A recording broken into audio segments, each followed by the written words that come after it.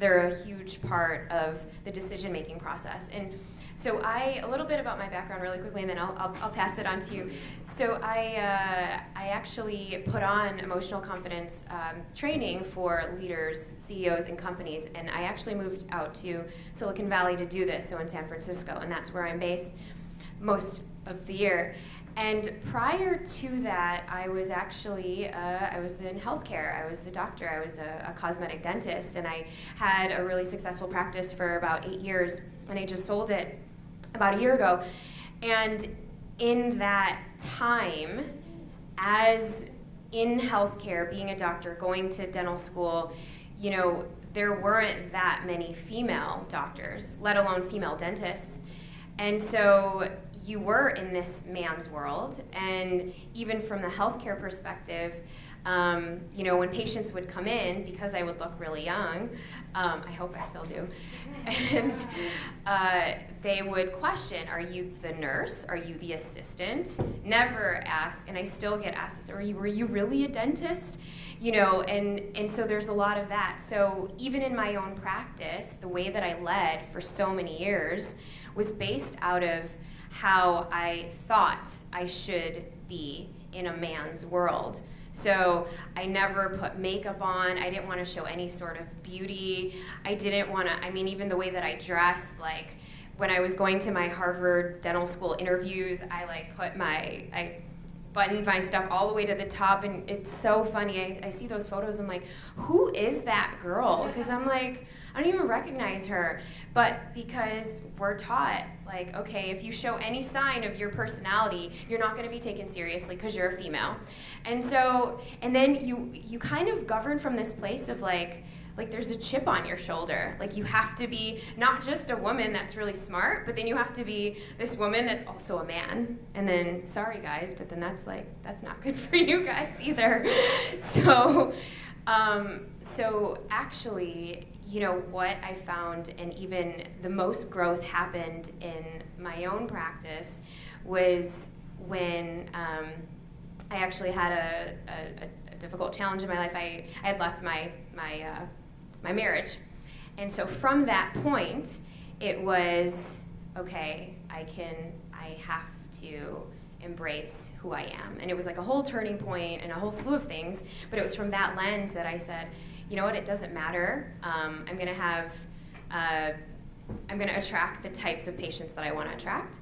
And so I let my hair down, and then I realized out of that place of vulnerability and being vulnerable and being just true to myself and true to who I was as a leader and as a dentist, making these patients who really don't want to come and see the dentist feel better, grew our practice over 30%, and I actually limited my hours, so I was only there 3 days a week. I had other doctors come in, and we were actually then doing the same type of training, empathy-based leadership, and at the time I didn't even know what that was going to be called, but for healthcare professionals and for doctors. And so in relating that to the work now that I do, or that I've been doing in San Francisco, you see a lot of this, and you see what is lacking and what's missing, as well as, you know, why there aren't any female investors. And so I started to do a little bit of that, because there aren't any of those role models. These women, these young women, they only know how to be a man. So then if they only know how to be a man, then their thought process is going to be a little bit different. And so what it has done in some of these different boardrooms is add a little bit more empathy, because with empathy and with compassion, then you can actually not only grow the company, but then have a higher, you know, productivity, higher bottom line, and then more innovative ideas. And so that's now starting to infuse, like, at least from the landscape of Silicon Valley or California, but I would love to hear your comments on that as well. Not on this one, but something that we were discussing a little while ago. Yeah. I really like what Ajit was talking about, fitting into the current reality. And the current reality is that we dominate the world. 96% of the leaders are men at the top, so 4%. And the problem is this, that women, to my mind, and that's what I've observed, I've had the opportunity of interacting with women across levels, different kind of organizations. And women try to fit into a man's world. So we cut our hair short,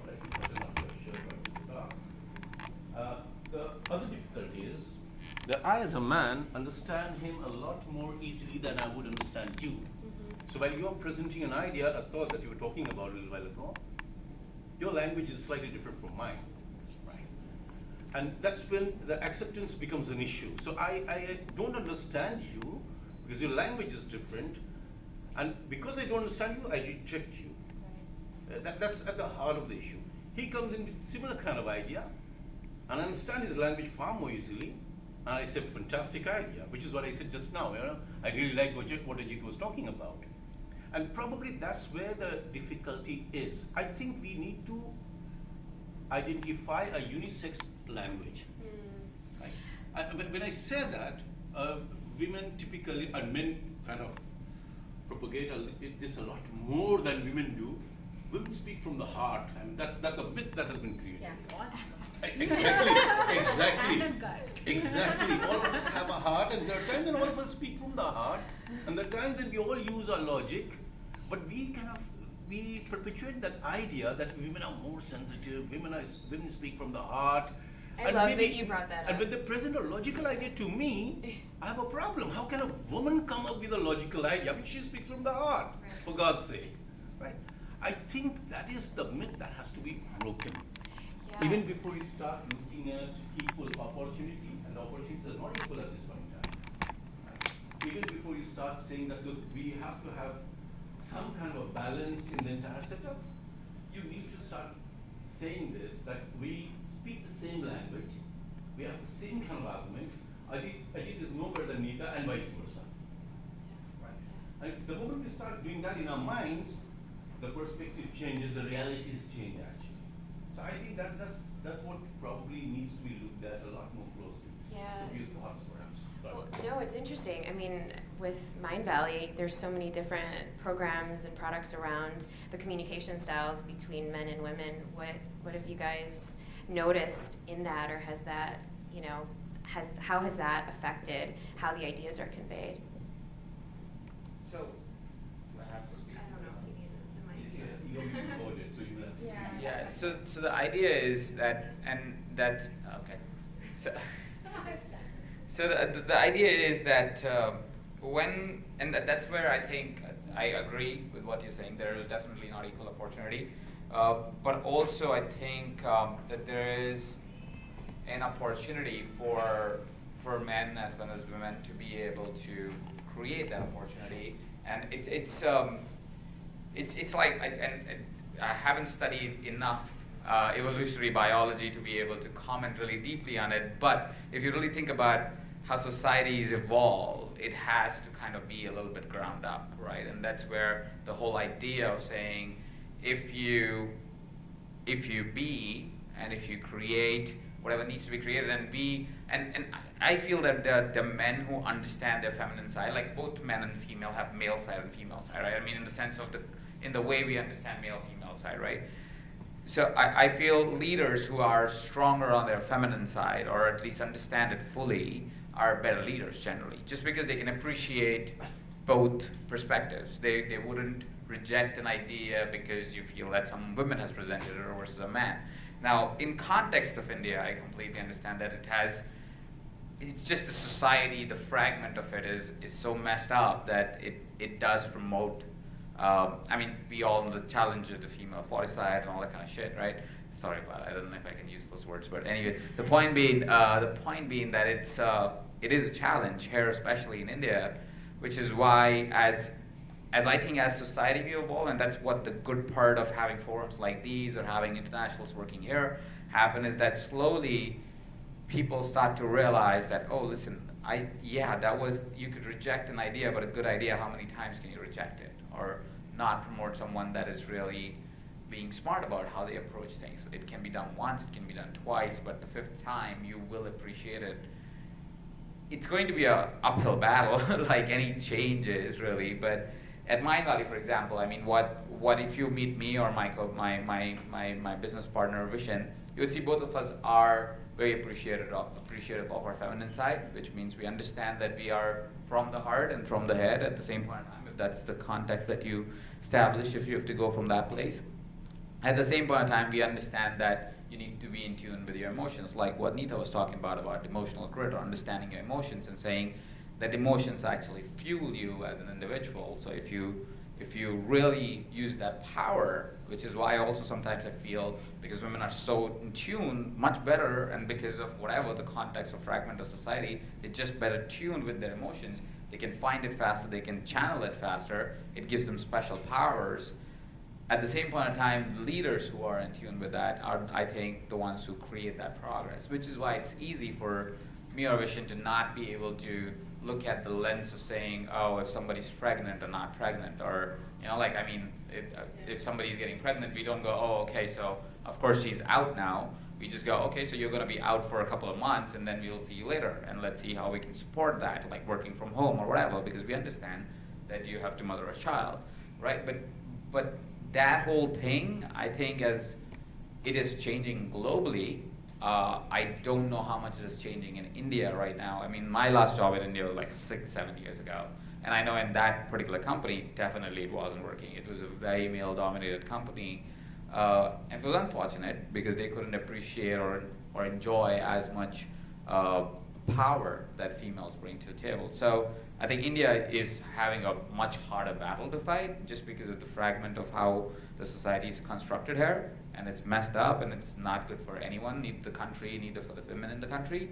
But globally, I feel that there is that shift is also coming when people like Sandy Sandberg, if I say her, yeah, Sheryl Sandberg, yes, writes a book like Lean In, and then allow and give permission for a lot of women to be able to go, listen, it's okay to be you. Of course, that also has a lot of masculine thing there, but whatever. I mean, you get the context. It starts somewhere. Once leaders start to show up and start to embrace and kind of give power to others to be able to show, I think it slowly changes.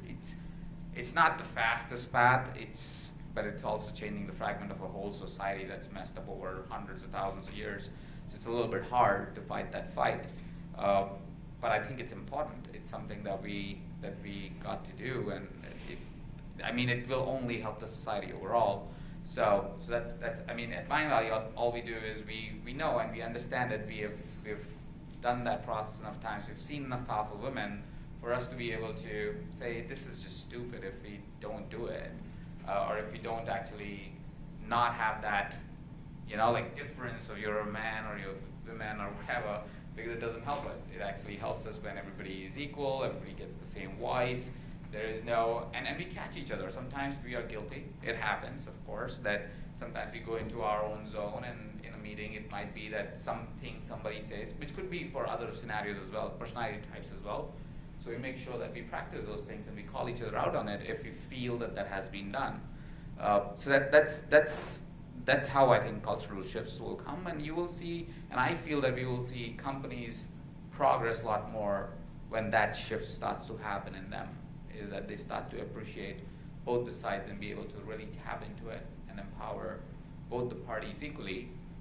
It doesn't have to be one person's world, because it's not. I mean, there are 50% women in the world, so yeah. One of the areas that I work in is talent analytics. To my understanding, and whatever I've seen over the years working in that area, there isn't a difference in terms of what a man can display, a woman